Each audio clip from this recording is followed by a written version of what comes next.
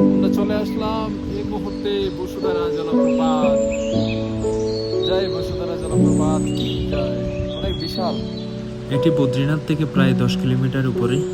মানাগাঁও এর পরে বা ভারতের সর্বশেষ যেটা গ্রাম মানাগাঁও বলা হয় সেটার অনেক উপরে রয়েছে এই বিখ্যাত জলপ্রপাত। এটাই বিশাল এবং ভারতের সর্ববৃহৎ জলপ্রপাত, যেটা প্রায় 2 কিলোমিটার উপর থেকে পড়তেছে।